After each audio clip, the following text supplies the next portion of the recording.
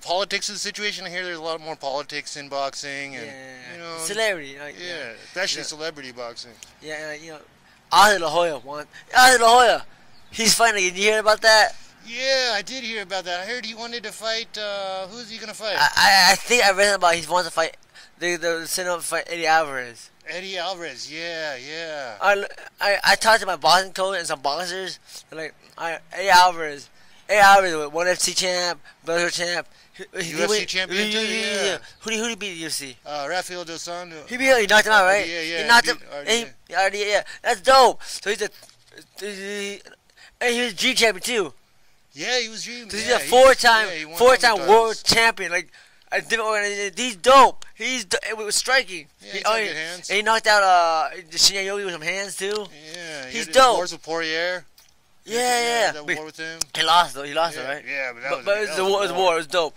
Anyway, I was telling my coach, all boxers I have been talking to, and who just got De La Hoya versus Eddie Alvarez, who just got Oscar De La Hoya hands down. Really? Sure. You know he's a Liberty champion. Gold medalist champion. He's a world champion. Blah blah blah. He's dope. Yeah, he's the man. He's golden boy. He's a golden boy. Yeah. He's been on drugs. Lots of cocaine. That's what cocaine they say. Should not be good for you. He hasn't trained since 1992. That's the last fight. He's got to be pushing what? He's over 50 or what? I think he's like 40. I think I saw. I remember I looked at 47, something like that. But dude, he's 47, out of shape. He's out of shape, 47. My boxing coach he sees him hold pad on Instagram. He looks dope for 30 seconds. Right? It's dope. He's dope, but. Dude, Eddie Alvarez is a freaking man, dude. He's dope, man. Yeah, he looks good now, today. Good now, and he's young. He's fit. He's not on He's not on cocaine. He's not on drugs. You know. Yeah, he lives the lifestyle. He lives the lifestyle. He's that fighter. I think, from what I've seen, that fighter lifestyle is long gone. Yeah. He's not a fighter anymore. He's a promoter. A celebrity. He's a celebrity promoter. Yeah, all that stuff. He's not fighting. You know, he's really on cocaine. He's on cocaine. On freaking on the dressing up in women's underwear, whatever. Yeah, dressing up in with lingerie. Yeah, whatever he likes. Yeah, whatever. They don't help you in the ring. They don't help you in the ring. And that's drugs. I can't imagine as athletic as you are. Drugs cannot be good for you. Okay, but how long do you think it would take to get back? Okay, let's say you spend 10 years or so doing the wrong stuff. If you get back into it for, I don't know, a year. You think you could put it back together if you live a fighter lifestyle for a year? Dude, I don't know, man. Let me ask you this. So, getting off drugs, I think it's very hard. People have to go to rehab to get off drugs.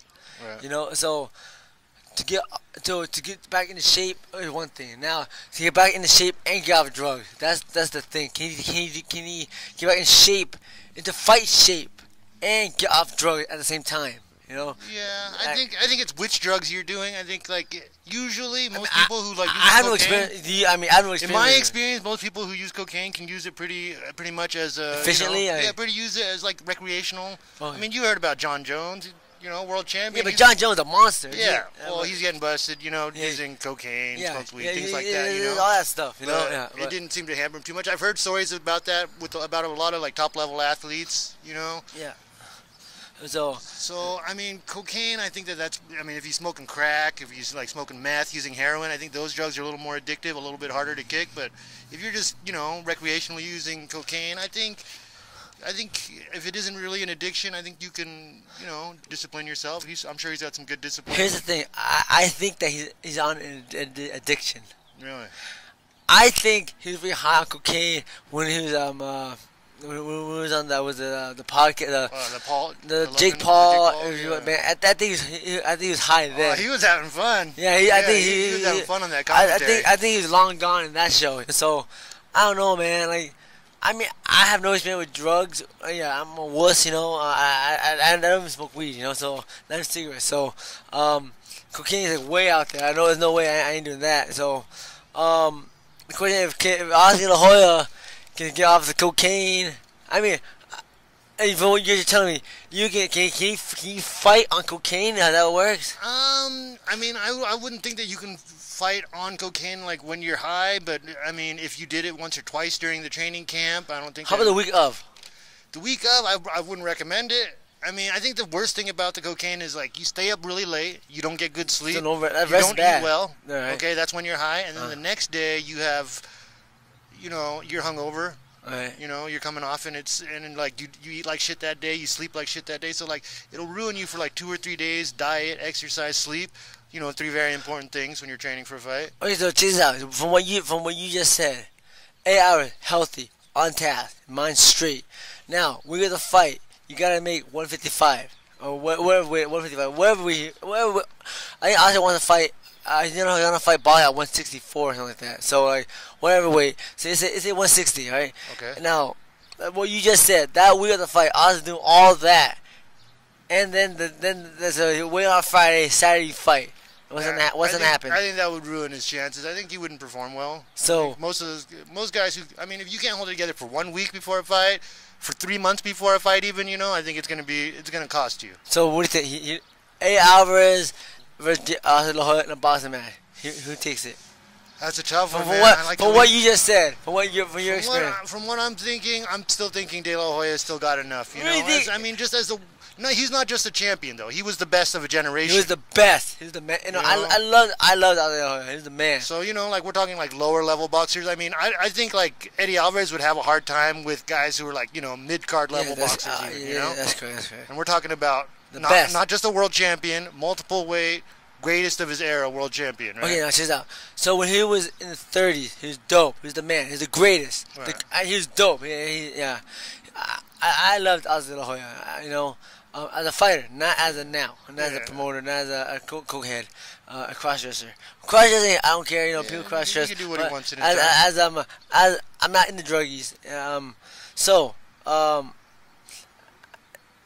Oscar De La Hoya, as a promoter, as a druggie, versus an athlete, you still give it to Oscar De La Hoya, the former Olympic champion. You give him a year of clean living, 6 months of clean living. I got to give it to the former champion. Really, wow.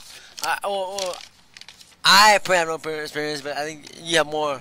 I think the fact that all those things that you mentioned handicaps him a little bit. I think that'll make it a more exciting match. That'll make it more, closer. Give Eddie Alvarez a chance because, if he wasn't doing that, I wouldn't even call it a contest. Yeah. So because he's doing it, Eddie Alvarez has a chance, but still, you give it to Oscar De La Hoya. Yeah. I'm the only one that thinks Eddie Alvarez has a chance against Oscar De La Hoya. All my boxing buddies think that Oscar De La Hoya would whoop freaking Eddie Alvarez, even on the drugs, in some lingerie. He did a little bit of did he do some celebrity boxing, De La Hoya? Didn't he box like Shaq or something like that? Did he? Yeah. It sounded like that, yeah. But was it celebrity box? I thought it was like just playfully. I didn't see it. I heard about it. Yeah, it looks pretty. There were some exchanges that looked pretty serious. I think I saw it on YouTube. I hope not, because Shaq is a basketball player. He's not a fighter, so right. I really like to think that Oscar can have self-control and hold his punches back. It's not fair. I mean, Shaq is a monster. He's a 300-pound man, but 300 plus, but he's not a fighter still. He's not a fighter.